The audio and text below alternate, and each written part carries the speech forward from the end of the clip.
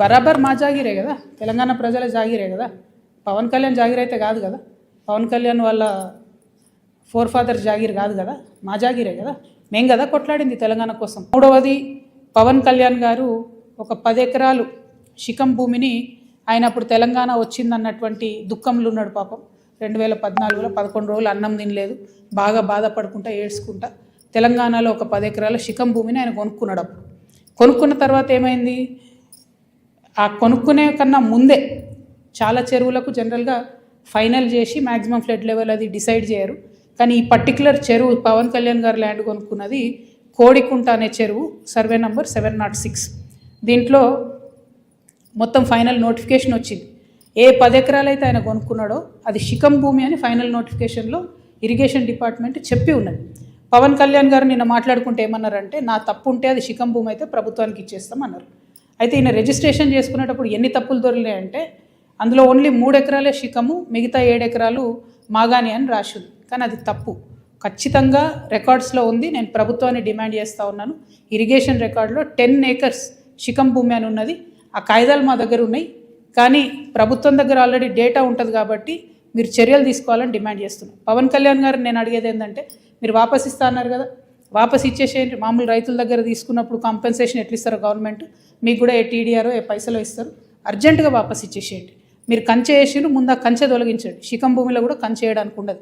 మీరు మట్టేసిండ్రు, ఆడ గోవులకు వాటికి వీటికి గ్రాసం వేస్తున్నా అని చెప్పారు, మట్టేసిండ్రు, ఆ మట్టి మొత్తం చెరువులే వేసిరు కాబట్టి అది కూడా తొలగించాలి. తక్షణమే మీరు వాపస్ ఇవ్వాలని చెప్పి నేను పవన్ కళ్యాణ్ గారిని డిమాండ్ చేస్తున్నాను.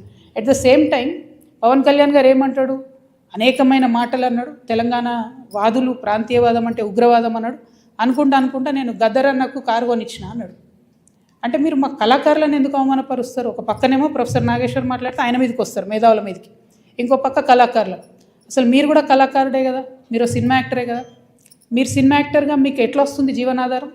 ఏ సినిమాకైనా హయ్యెస్ట్ ఇన్కమ్ నైజాం నుంచే వస్తుంది. అంటే మా తెలంగాణ బిడ్డలు చూసే టికెట్లతోనే మీ సినిమాలు నడుస్తాయి. హయ్యెస్ట్ ఇన్కమ్ నైజామే, హయ్యెస్ట్ కలెక్షన్స్. అంటే మీరు కొనుక్కున్న ప్రతి కారులో మా తెలంగాణ బిడ్డలు కొన్న టికెట్ పైసలు ఉన్నాయి. మీరు కొనుక్కున్న ప్రతి భూమిలో మా తెలంగాణ బిడ్డలు కొన్న టికెట్ పైసలు ఉన్నాయి. మీరు మా గద్దరన్నను పట్టుకొని నేను కారు కొనిచ్చినానని ఆయన చనిపోయాడు. మీరు కొనిచ్చిరో కొనియలేదో ఎవరు తెలియదు. కానీ జనరల్గా ఏమంటారంటే, మనం ఒక మంచి పొజిషన్లో ఉన్నప్పుడు కుడి చేత్తోని దానం చేస్తే ఎడమ చేతికి తెలియదు అంటారు. అప్పుడెప్పుడో కారు కొనిచ్చి గప్పాలు కొట్టుకునేది మీరు కొంటే కొన్నారు కావచ్చు, పెద్ద ముచ్చటేముంది. ఆయన ఎన్ని ఫోక్ ట్యూన్స్ దొంగతనాలు చేసి మీరు సినిమా పాటలు పెట్టుకుంటలేరు? ఇచ్చిర్రా ఎప్పుడన్నా రాయల్టీ మీరు ఫోక్ ఆర్టిస్టులకి? ఎప్పుడన్నా ఫోక్ ఆర్టిస్టులను ఆదుకున్నారా? చిన్న నిర్మాతలను ఆదుకున్నారా? పక్క రాష్ట్రాల్లో ఎట్లా చేస్తారు, తమిళనాడులో అక్కడిక్కడ వాళ్ళందరూ. నేను ఎందుకు ఈ మాట చెప్తా ఉన్నా అంటే, మీరు ఒకటంటే మేము 100 అనాల్సి వస్తుంది. ఒక పక్కనేమో ఇట్లా సమైక్యవాదుల దాడి మన మీద పెరుగుతుంటే, ఇక మన కర్మానికి మనకు ముఖ్యమంత్రి ఉన్నాడు, ఆయనకు తెలంగాణ అంటే తెలియదు, తెలంగాణ నీళ్ళంటే తెలియదు. మేము ఎంటబడి కొట్లాడి మా పార్టీ పెట్టినాక కరెక్ట్ వారం లోపల పాలమూరు రంగారెడ్డిలో పెద్ద సభ పెట్టి, మన నీళ్ళు పోతున్నాయో మొత్తం ఎత్తుకపోతున్నారు ఆంధ్రోళ్ళు, మీరు ఏమైనా చేయండి అని లొల్లి పెడితే, నిన్న ముఖ్యమంత్రి గారు పోయి 2 రోజులు ఫస్ట్ టైం పాలమూరు బిడ్డ అయి ఉండి 30 నెలల నుంచి ఆయనకు తీరిక దొరకలేదట. నిన్న ఫస్ట్ టైం పోయి పాలమూరు ప్రాజెక్టుల మీద రివ్యూ చేసి ఏం మాట్లాడతాడు ఆయన, తీసుకుపోనండి 968 టీఎంసీలు మనకు వస్తే చాలు, 200 టీఎంసీలు ఆంధ్రోలు తీసుకుపోనండి, సంప్రదింపులు జరుపుతున్నాం మేమని చెప్తున్నాడు ఆయన. రేవంత్ రెడ్డి గారు, మీకు నీటి మీద అవగాహన లేకపోతే అవగాహన ఉన్న వాళ్ళతో మాట్లాడండి. వాళ్ళ ఆంధ్రోలు 200 టీఎంసీలు తీసుకుపోయిన తర్వాత రేపు పొద్దున హైదరాబాద్ నగరానికి పెరుగుతున్నటువంటి భవిష్యత్ అవసరాలకి కృష్ణా నీళ్ళు సరిపోవు, గోదావరి మనకు దిక్కు. నేను రేవంత్ రెడ్డి గారిని డిమాండ్ చేస్తూ ఉన్నా, మీరు కనుక బనకచెర్ల ప్రాజెక్టు కానీ ఇంకో ప్రాజెక్టు కానీ వాళ్ళు 200 టీఎంసీలు తీసుకుపోండి అంటే, గోదావరిలో మనకు అడగండి అదనంగా 200 టీఎంసీలు. ఇప్పుడు 968 మనకు హక్కుభుక్తంగా ఉంది, 968 + 200 అడగండి. మీరు అడిగేంత వరకు మీరు బనకచెర్ల మీటింగ్ అటెండ్ అయినా కూడా మీరు తెలంగాణకు ద్రోహం చేసిన వాళ్ళే అవుతారు. మన భవిష్యత్తు నీటి అవసరాలన్నింటినీ కూడా పాతరేసిన వాళ్ళే అవుతారు. మీరు నేను మాట్లాడుకుంటా ముఖ్యమంత్రి గారు అంటారు అబ్కి బార్ కాంగ్రెస్ సర్కార్ అంట. కూర్చునే యువత ఆఖరి బారే కాంగ్రెస్ సర్కార్, ఆఖరి బార్ కాంగ్రెస్ సర్కార్. కాంగ్రెస్ పార్టీ ఇంక 20 ఏళ్ళు తెలంగాణలో రాకుండా తెలంగాణ మీద, తెలంగాణ వాదం మీద, తెలంగాణ వనరుల మీద, తెలంగాణ భూముల మీద బందిపోట్లు పడ్డట్టు పట్టుకొని దోసుకొని తింటా ఉన్నారు మీరు, మీ కుటుంబ సభ్యులు, మీ ఎమ్మెల్యేలు. నిజంగా ఘోరమైందంటే, ఈ దోపిడీకి అప్పుడు బీఆర్ఎస్ పార్టీలో దారులు తెరిస్తే, కిటికీలు తెరిస్తే, ఇప్పుడు వీళ్ళు తలుపులు తెరిచి ఏకంగా దోసుకొని పోతున్నారు.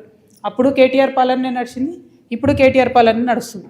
అప్పుడు కేటీఆర్ అంటే ఏంటంటే కేసీఆర్ గారు, తన్నీర్ హరీష్ రావు గారు, రామారావు గారు. ఇప్పుడు కేటీఆర్ అంటే ఏంటంటే కొండలరెడ్డి, తిరుపతి రెడ్డి, రేవంత్ రెడ్డి.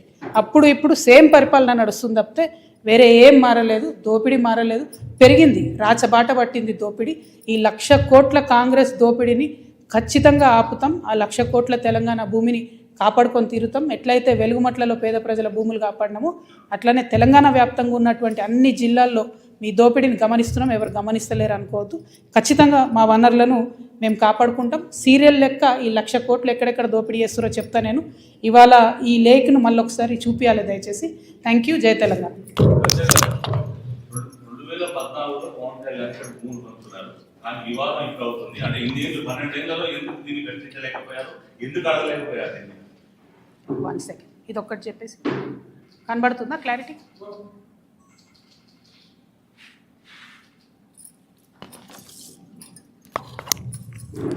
పవన్ కళ్యాణ్ కానీ ఎవరు కానీ భూములు కొనుక్కున్నా, అది రిజిస్ట్రేషన్ చేసుకున్నా, వాటి ఫైనల్ డీటెయిల్స్ తెలిసేంత వరకు మీకు తెలిసి నేను ఎక్కువ మాట్లాడను. నేను ఈ వివాదం వచ్చిన తర్వాత పర్టికులర్లీ పవన్ కళ్యాణ్ భూమి గురించి వాస్తవానికి నేను మాట్లాడలేదు. చాలామంది తెలంగాణ వాదులు తీసి ఇంటర్నెట్లో పెట్టిన తర్వాత అదేంది అని నేను డీటెయిల్గా తీసుకుంటే ఆ డీటెయిల్స్లో వచ్చింది ఏంటి అంటే అన్ని లేక్స్ లాగా కాకుండా ఈ లేక్కి ఫైనలైజేషన్ అయిన తర్వాత వారు కొనుక్కున్న 10 ఎకరాలు కూడా శిఖం భూమి అని తెలుస్తుంది. కాబట్టి ఆయన్నే అన్నారు కదా, శిఖం భూమి అని తెలిస్తే వాపస్ ఇస్తాను, వాపస్ ఇవ్వమని మేము డిమాండ్ చేస్తున్నాం అంతే. ఏమో తెలంగాణ బరాబర్ మా జాగిరే కదా, తెలంగాణ ప్రజల జాగిరే కదా. పవన్ కళ్యాణ్ జాగిర్ అయితే కాదు కదా, పవన్ కళ్యాణ్ వాళ్ళ ఫాదర్ జాగిర్ కాదు కదా, మా జాగిరే కదా. మేం కదా కొట్లాడింది తెలంగాణ కోసం. ఇట్లాంటి వాళ్ళందరినీ ఎదిరించి కొట్లాడినాం కదా. పవన్ కళ్యాణ్ అయితేంది, వాళ్ళ అన్న అయితేంది, మొత్తం వాళ్ళ ఆంధ్ర సంతతంతా వచ్చి కొట్లాడితే కూడా తెలంగాణ బిడ్డరు ఏదో చిన్న చీమలైన పెద్ద పామును బట్టి చంపుతాయన్నట్టుగా అంత పెద్ద ఆంధ్ర విషకోరల నుంచి తెలంగాణను బయటికి తెచ్చుకున్నాం కదా. ఏం ఊరుకోము, అంటే కొట్లాడినాం, మేము కడుపు కట్టుకొని కొట్లాడినాం కాబట్టి ఖచ్చితంగా కోపం వస్తుంది, ఖచ్చితంగా ఆవేశం ఉంటుంది. ఇక్కడ మీరు వచ్చి రాజకీయాలు చేస్తామంటే మాత్రం ప్రజలు ఓడిస్తారు ఖచ్చితంగా. ఇప్పుడు రాజ్యాంగం చెప్పింది కాబట్టి ఎవరన్నా ఎక్కడన్నా పోటీ చేయొచ్చు అనేదానికి ఇబ్బంది ఏం లేదు. కానీ నైతికత అనేది ఒకటి ఉంటుంది. మీ వల్లనే సావగొట్టబడి, మా వనరులు దోచుకోబడి, మా సంస్కృతి మరుగున పడిపోయి, మేము ఇబ్బంది పడి 1,200 మంది అమరవీరులు చచ్చిపోతే నువ్వు ఇక్కడ వచ్చి రాజకీయం చేస్తా అంటే మరి మేము తెచ్చుకునేది ఎందుకు తెలంగాణ? మేము చూసుకుంటే ఎందుకు ఊరుకుంటాం? టెక్నికల్గా నువ్వు 100 పనులు చేయొచ్చు, కానీ మారాలిటీ ఉండదా లైఫ్లో? నైతికత ఉండదా? చాలా పెద్ద నైతిక విలువలు చెప్పేటటువంటి మనిషి వద్దు ముర్రో అంటే ఈ వన్ సైడ్ లవ్ ఏంద్రా నాయన, మాకు అర్థమైతే లేదు. వద్దు బాబు, మీ ఆంధ్రాలో మీరేమైనా చూసుకోండి అంటే ఈ గోలేంది, మీద వచ్చి యాసిడ్ వస్తా అన్నట్టు ఈ బలవంతము లవ్ ఏంది, నాకు అర్థమైతే లేదు. అక్కడ కట్టుకోండి కదా క్యాపిటల్, ఆడ పడవలు వేసుకొని పోయే పరిస్థితి ఉంది, ఆడ కట్టుకోండి. అక్కడ ప్రజలను బాగా చూసుకోండి, అక్కడ ప్రజలకు హెల్ప్ చేయండి, అక్కడ పేద ప్రజలకు పనులు చేయండి. అవన్నీ ఇట్సబెట్టి వచ్చి మా మీద పడి ఎందుకు? ఇక్కడ లేరా మా నాయకులు? మస్తు మంది ఉన్నారు కదా. మేమే ఎవరెవరం గెలుస్తాం, మేమే ఎవరెవరం చేసుకుంటాం. మా వాళ్ళు చేయగలిగినంత మేము చేసుకుంటాం, మేము బాగుపడతాం. Thank you.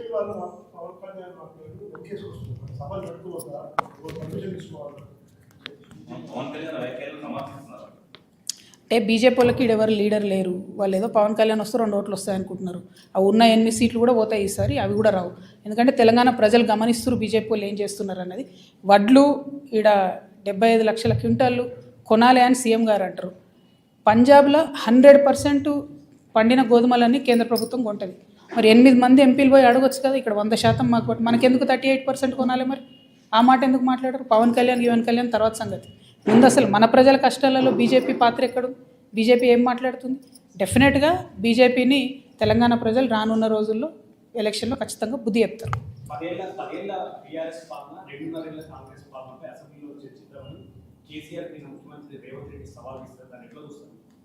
ఏమొస్తుందండి? ఇంతకుముందు వాళ్ళు సవాళ్ళు వేసుకున్నారు. ఒకసారి ఒక ఆయన వస్తే ఇంకొక ఆయన రాడు, ఇంకోసారి ఇంకొక ఆయన వస్తే ఇంకొక ఆయన రాడు.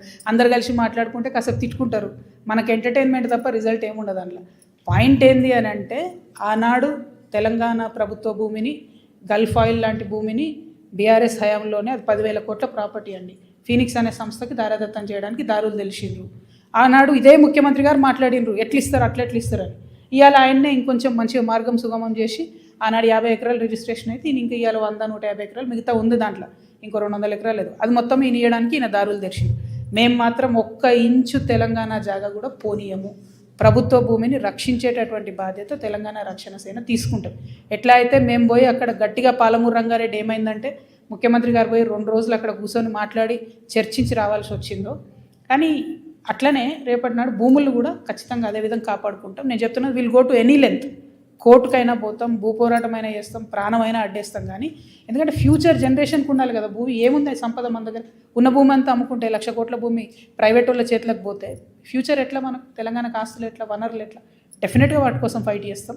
గోదావరి వాటర్ కోసం కూడా ఫైట్ చేస్తాం. Thank you.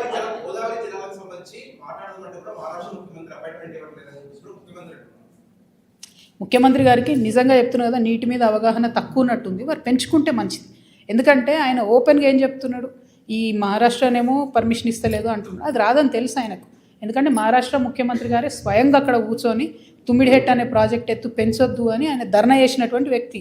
ఆయనతోని కేసీఆర్ గారు ఎంత ట్రై చేస్తున్నా లాస్ట్కు హైట్ తగ్గించుకొని ఒప్పుకొని రావాల్సి వచ్చింది. ఇప్పుడు ఈయన కాదే పనిని ఏదో చేస్తున్నట్టు బిల్డప్ ఇవ్వాలని చూస్తున్నారు. ఆయన ఇస్తలేడు అపాయింట్మెంటు. ఇక్కడ మరి ఈ రాష్ట్ర ముఖ్యమంత్రి మీకు ఇస్తలేడా? ఏపీ ముఖ్యమంత్రి మీకు ఇయ్యడా? మీ గురువు గారే కదా. ఆయన దగ్గర పోయి మాట్లాడుకొని మాకు 200 టీఎంసీలు అదనంగా ఇచ్చినాకనే మీరు 200 టీఎంసీ బనకచర్ల కట్టుకోవాలని అడగాలి కదా. జరిగే పనేమో చేయరు, కాని పనేమో చేస్తున్నట్టు బిల్డప్ ఇస్తారు. బేసికలీ అందుకే అంటున్నా, ఈ ఆఖరి బారే కాంగ్రెస్ సర్కార్, కాంగ్రెస్ పార్టీని మంచిగా 20 ఏళ్ళ దాకా బొందబెట్టడానికి వచ్చారు రేవంత్ రెడ్డి గారు. Thank you. జై తెలంగాణ.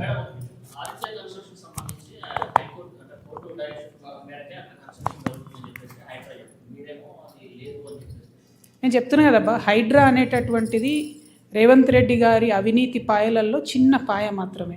అందులో అవినీతిని పెద్దవాళ్ళను కాపాడడానికి హైడ్రా అనే వ్యవస్థ పెట్టిండ్రు. ఈ సంవత్సరం 7,000 ఫైర్ యాక్సిడెంట్లు అయితే నిన్న వచ్చిపోయిందండి హైడ్రా. ఇలా హైడ్రా మొత్తం ఫైర్ యాక్సిడెంట్లు అంతా వాళ్ళే చూడాలి, ఈ మోరీలు నాలాలు క్లీన్ చేసేది వాళ్ళే చూడాలి. మరి ఇంకొక 10 రోజులైతే వాన పడుతుంది. ఒక నాలా అన్న తీసిరండి, ఒక మోరీ అన్న తీసిరా. పైగా ఇట్లా చెరువులు కబ్జా అవుతుంటే చూసుకుంటూ కూర్చుంటే హైదరాబాద్ నగరం నీళ్ళతో నిండిపోతుంది కదా. శ్రీ ఆదిత్య అనేది 1000కి 1000% తప్పు ప్రాజెక్టు. అది మూసీ నది గర్భంలో కడుతున్నారు. మూసీ నది గర్భశోకం ఎవరికి మంచిది కాదు. నేను ప్రభుత్వానికి చెప్తున్నాను, హెచ్చరిక చేస్తున్నాను. శ్రీ ఆదిత్య పనులు ఆపండి. మీరు ఆపకపోతే మేము లీగల్గా కూడా పోతాం.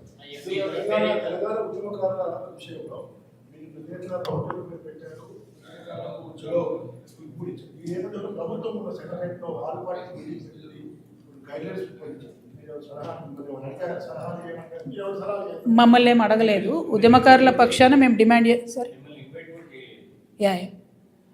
తెలియదు మరి ఎందుకు చేయలేదో. మేమైతే రిజిస్టర్డ్ పార్టీయే, ఎందుకు ఇన్వైట్ చేయలేదు అనేది ఇక వాళ్ళ విజ్ఞతకు వదిలేస్తున్నా. అది పెద్ద అంశం కాదు.